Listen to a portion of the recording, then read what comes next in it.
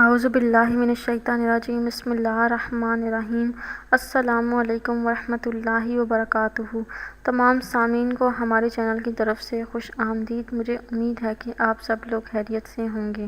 ناظرین، آج کا جو وظیفہ میں آپ کی خدمت میں لے کر حاضر ہوئی ہوں وہ آپ کے دل کو مضبوط بنانے کے لیے ہے۔ اس وظیفے کو کرنے کی مدد سے آپ کے دل میں کسی بھی قسم کی کمزوری ہے وہ ختم ہو جائے گی، آپ کے دل سے دور ہو جائے گی۔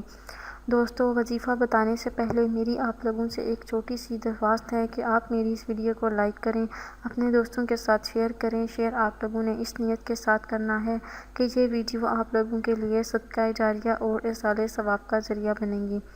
ہو سکتا ہے کہ آپ کے ایک شیئر کرنے کی وجہ سے کسی انسان کی بہت بڑی پریشانی یا مشکل حل ہو جائے۔ دوستو، حدیث پاک میں حضور اکرم صلی اللہ علیہ وآلہ وسلم نے سورہ یاسین کو قرآن پاک کا دل قرار دیا ہے۔ بس سورہ یاسین کی تلاوت دل کی مضبوطی کا بہترین علاج ہے، کیونکہ دل کو نفع دیتا ہے۔ وہ افراد جن کے دل کمزور ہو چکے ہوں وہ چند دن تک ہر نماز کے بعد توجہ سے یاسین شریف پڑھیں، یاسین شریف کی تلاوت کریں یا کسی ایک وقت میں 5 مرتبہ پڑھیں۔